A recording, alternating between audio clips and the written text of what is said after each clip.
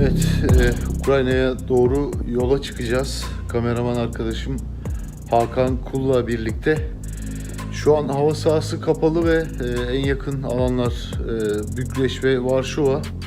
Uçak bileti bulamadık, o yüzden karayoluyla ilk adımı atacağız. Bükreş'e kadar şu an ulaşımımızı sağladık. Malzemelerimizi hazırlıyoruz ve birazdan yola çıkacağız. Öncelikle Bükreş'e, oradan Moldova'ya, Moldova'dan da Ukrayna'ya geçmeye çalışacağız. Bu süreçte elbette ki yayınlarımız televizyondan izlenecek ama hepsini görme ve yayınlama şansımız yok, biliyorsunuz. O yüzden de böyle elimizden geldiğince telefonla da o çok göremediğiniz anları aslında sizlere anlatabilmek için böyle kısa videolar da çekeceğiz. Şimdi Romanya'ya doğru, Bükreş'e doğru İstanbul'dan yola çıkıyoruz Hakan Kul'la birlikte. Dediğimiz gibi hedefimiz Moldova, oradan da Ukrayna, Odessa şehri.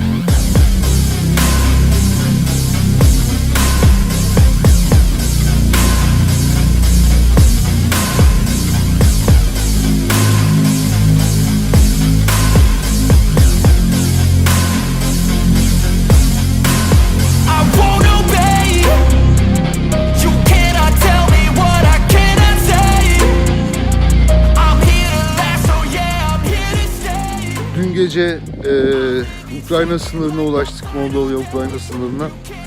Saat 1 gibi de orada Hakan Kul'la birlikte çadır kentte kalacaktık ama orada yer olmadığı için bizi Ukrayna'da böyle küçük bir köye getirdiler. Burada hiç tanımadığımız insanlarla bu sınır köyünde geçirdik geceyi. Gerçi saat 5, yaklaşık 4 saatlik bir uyku uyuduk ve şu anda da tekrar sınıra doğru yola çıkacağız. Bakın Hakan da burada. Malzemelerimizi tekrar hazırladık. Çantalarımız, yükümüz de ağır. Çelik yeleklerimiz var, bitiricilerimiz var, kamera malzemelerimiz var. Şimdi tekrar yola çıkıp Ukrayna sınırına gideceğiz. Bizim mesleğimizi yapmak isteyenlere belki de işte bu yaşananlar güzel bir örnek olabilir. Benim de bu meslekte en çok sevdiğim, en çok böyle yaşamayı istediğim aslında bu anlar. Gecenin bir yarısı hiç tanımadığınız bir yerde, hiç tanımadığınız insanlarla bir arada oluyorsunuz. Yeni insanlarla tanışıyorsunuz ve herkesin kaçmaya çalıştığı bir alana siz girmeye çalışıyorsunuz. Saat 5 yola çıkıyoruz. Ukrayna'ya doğru Odessa'ya geçmeye çalışacağız.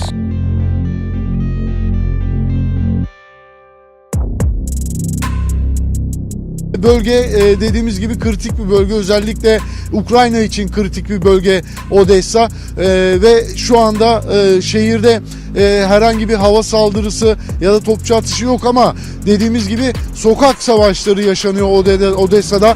Ayrılıkçılar özellikle Ukrayna ordusu askerleriyle çatışıyorlar ve onların özellikle saldırı yaptığı alanlarda kum torbalarıyla kapatılmış durumda ve bu noktalarda korunmaya alınmış durumda. Burada sürekli 24 saat tahliye yapılıyor. Yani aramanıza ya da maille cevap beklemenize gerek yok. Bunu özellikle duyuralım.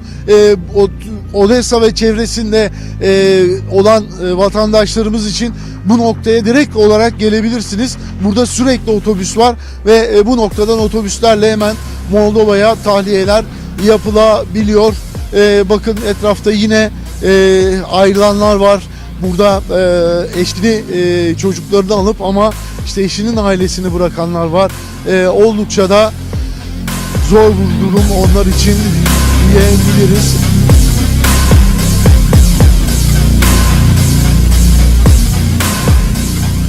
Antonov hava üssü şu an tam bulunduğumuz noktaya 25 kilometre Gökhan Pankanlılar ve yüzlerce Rus zırhlı aracının ve tankının o bölgede olduğu söyleniyor. Kiev'e doğru geldiği söyleniyor.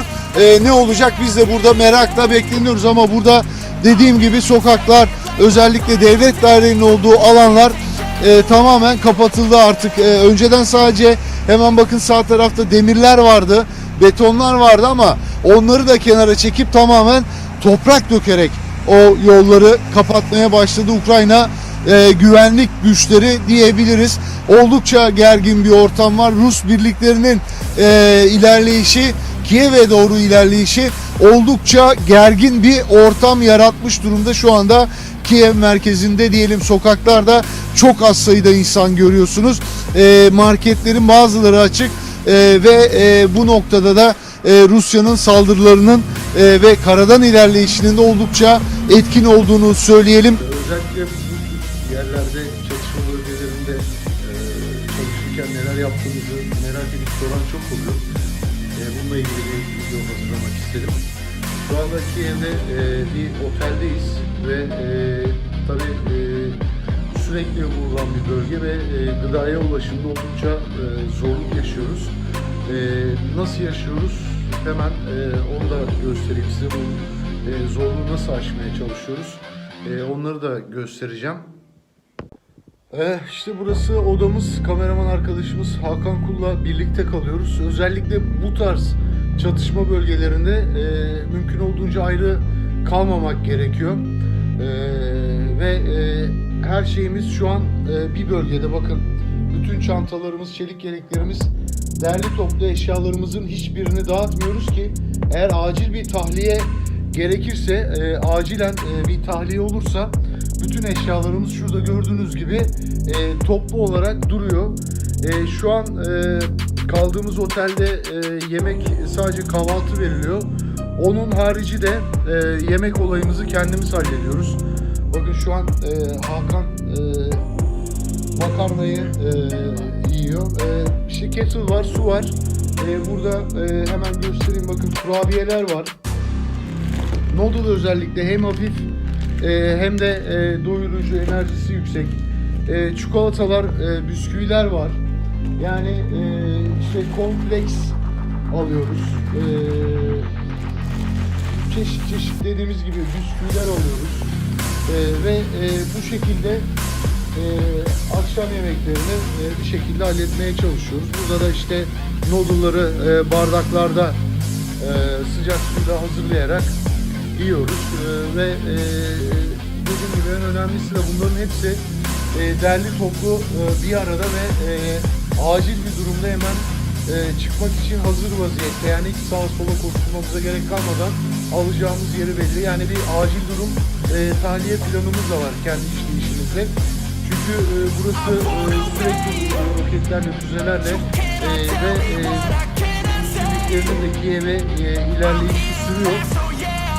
Bu açıdan da önemli. Eğer zaten bir hareketlilik olursa burada merkezdeyiz. Burası Kiev'in merkezi. Özgürlük Meydanı ve burada bir otelde kalıyoruz, burada konaklıyoruz.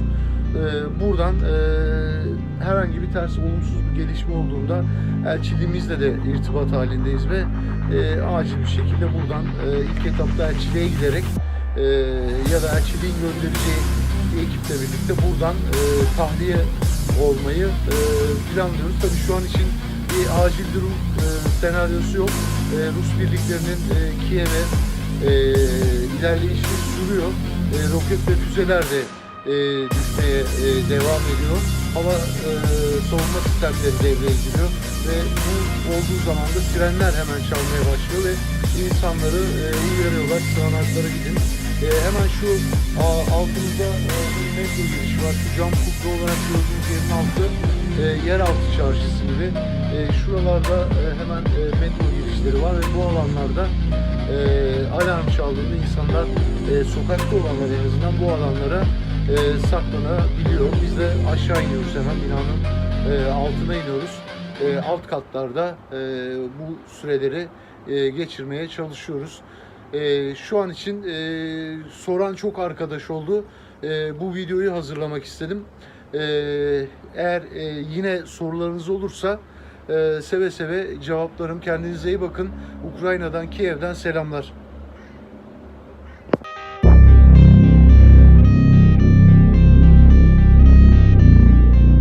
Ukrayna'nın başkenti Kiev'de Rusların füze saldırıları devam ediyor. görüyorsunuz binalar tamamen kullanılmaz halde. Rusya işte gördüğünüz bu alanı füzelerle vurmuş durumda. Bu lojistik merkezini füzelerle vurmuş durumda. TVNet ekranlarından canlı yayınla sizlere bu anları aktarıyoruz. Rusya füzelerle Kiev'i vurmaya devam ediyor. Biz TVNet ekibi olarak kameraman arkadaşım Hakan Kul'la birlikte haber takibimizi sürdürüyoruz. Kiev'den yeni görüntüler geldikçe sizlere aktarmaya devam edeceğiz. Kiev'de haber takibimizi sürdürürken acil bir çağrı aldık. Ve bu noktada acilen Kiev'den ayrılmamız gerekiyor. Tüm gazeteciler şu anda eşyalarımızı topladık, çantalarımızı topladık ve Kiev'den ayrılmak üzere yola çıkıyoruz. Rus tanklarının yaklaşık 7 kilometre mesafede olduğu bilgisi var ve bu noktada da bizden acilen bölgeyi terk etmemiz istendi. Biz de şu anda gazeteciler olarak buradan ayrılmak için hazırlarımızı tamamlayıp yola çıkacağız. Daha güvenli bir alana geçmeye çalışacağız ama bize ulaşan son bilgi Rus tanklarının şu an Kiev'e 7 kilometre mesafede olduğu ve ilerleyişlerini sürdürdüğü yönünde.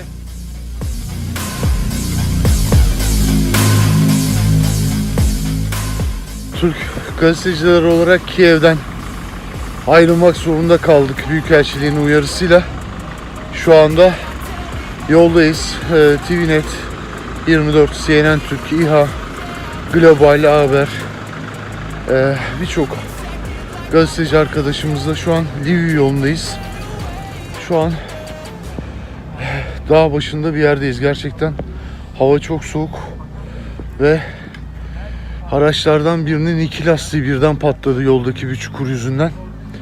Şu anda bu noktada araçların lastiğini değiştirmeye çalışıyor arkadaşlarımız.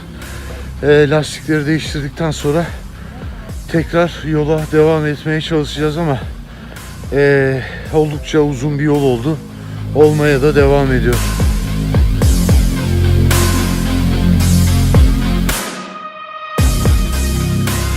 Ve gitmeye çalışırken yolda ufak bir kaza oldu. Arkadaşların lastiği patlamıştı. Sonra yardım ararken polis bizi durdurdu ve gece ilerlememize izin vermedi.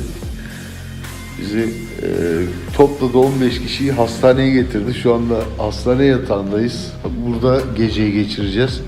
Misafir edecekler bizi. Evet, geceyi hastanede geçirdik. Burada ufak bir yerleşim yeri var, bir kasaba var. Burada bizi misafir ettiler. Ukrayna askerleri, Ukrayna polisi. Günaydın Hakan. Hakan Kul. Şapkasız Hakan Kul. Burada gerçekten çok misafirperver davrandılar bize. Bir lastik patlaması bizi buralara getirdi diyebiliriz. Bize kahvaltı da hazırlamışlar.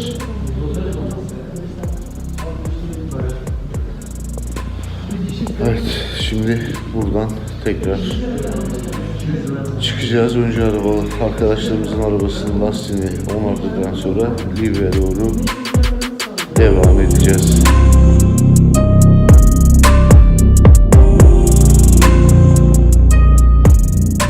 Evet, Lviv'de bu akşam geceyi daha doğrusu bir Türk firmasının burada gördüğünüz misafirhanesine geçirdik. Aslında burası işçilerin kaldığı bir yer ama olaylardan dolayı işçiler birçoğu ayrılmış durumda. Buradan Türkiye'ye dönmüş durumda. Bizi burada misafir ettiler. Lviv'e yaklaşık 60 kilometre bir mesafedeyiz. Burada gördüğünüz bu konteynerlarda kaldık. Şimdi de eşyalarımızı topladık. Lviv merkeze doğru gidiyoruz. Lviv merkezde yine haber çalışmalarımızı sürdüreceğiz ama sonrasında ne olur bilmiyoruz. Yani bizim mesleğimizde özellikle planladığımız hiçbir şey olduğu gibi olmuyor. Dün akşam 5 gibi bir merkeze ulaşmıştık ama konaklayacak bir yer bulamadık. En son elçilikten yardım istedik. Onlar da sağ olsunlar. İşte bu gördüğümüz inşaat şirketinin burada konteynerlarında yer ayarlayabildiler bize. Lviv inanılmaz derecede dolmuş.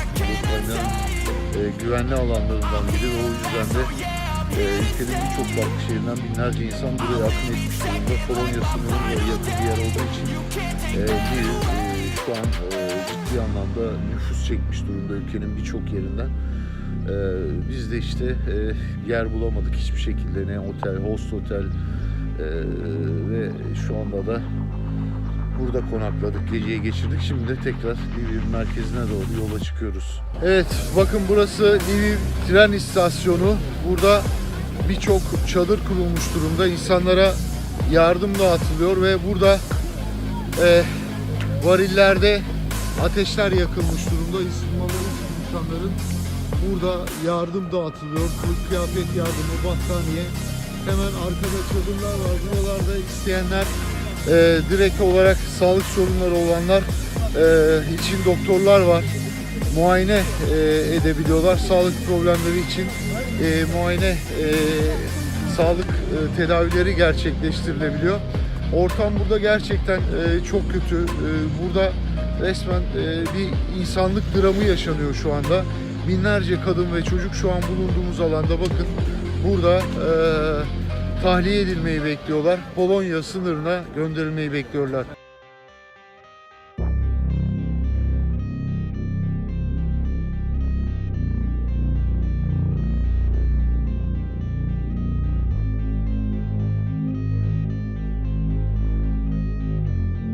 Şimdi Ukrayna'dan çıktık. Strait sınır kapısındayız. Romanya'ya doğru yürüyoruz. Adem Ançer, Uğur Tüney, Hakan Kul. Ciddi anlamda sıkıntılıydı. Zor geçtik. Yaklaşık 2 saatimizi aldı. Ve hala da yürümeye devam ediyoruz.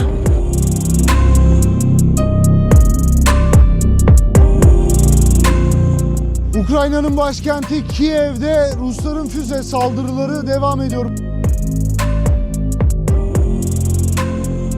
Görüyorsunuz, binalar tamamen kullanılmaz halde.